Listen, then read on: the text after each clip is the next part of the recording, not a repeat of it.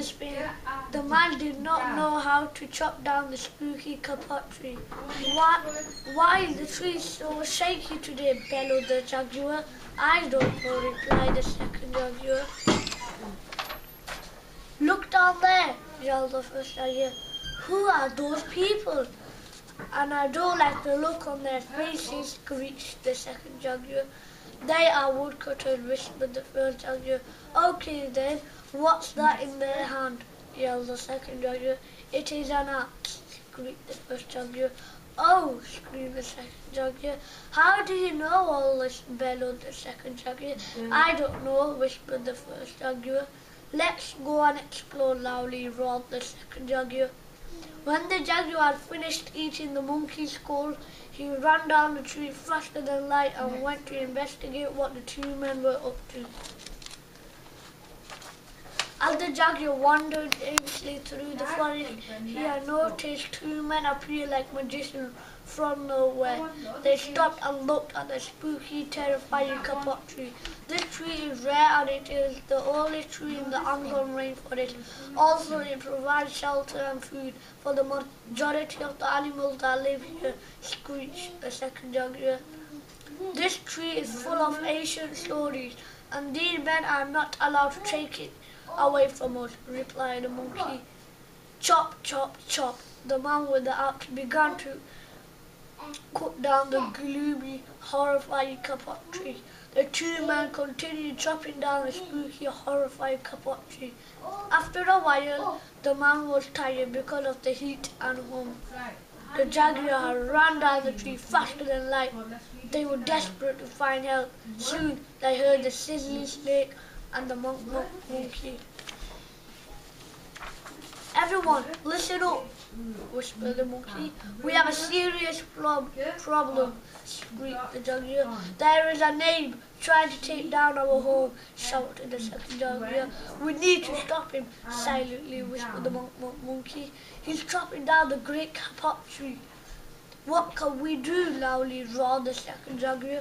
I can wrap around him and he will die, hissed the poisonous sizzling snake. That won't work. They can kill you, stupid, with their axe, squawked the toucan from above. The toucan likes light, not darkness. I could sting him. I have enough power. I have more power than you do, buzzed the bee, once he had finished collecting pollen. That won't work either. We cannot hurt him, replied jaguar. We need to do something quick, otherwise we will be left homeless and without any food. The animals all chattered and together tried to come up with a plan that would stop their home from being destroyed. I've got it, roared the jaguar from the tree where he had landed. We can explain to them why the tree is so important to us. The animals agreed one by one. They made their way through the thick, dense maize jungle. They crawling through the undergrowth, creeping through the bushes, flying high the different leaves of the great tree. Eventually, they arrived at the great kaput tree. They stopped and the two men were lulled to sleep because of the hard, craziest, terrifying chopping. We must wake them up and tell them what they are doing, roared the jaguar loudly. We can do that. We scare them and they start attacking us with their axe, the porcupine groaned. We can do that, but I think we can whisper in their ears and explain how precious this tree means to us, the sloth spoke quietly and softly. The animals swooped down the sleeping man and described how much the tree meant to them, and explained that by chopping down the magnificent statue, the line of 4,000 of animals would be ruined. The jaguar said, do not chop down the tree because I won't have anything to eat. The snake had told the man, please do not chop down the tree. It's where generations of my ancestors have lived.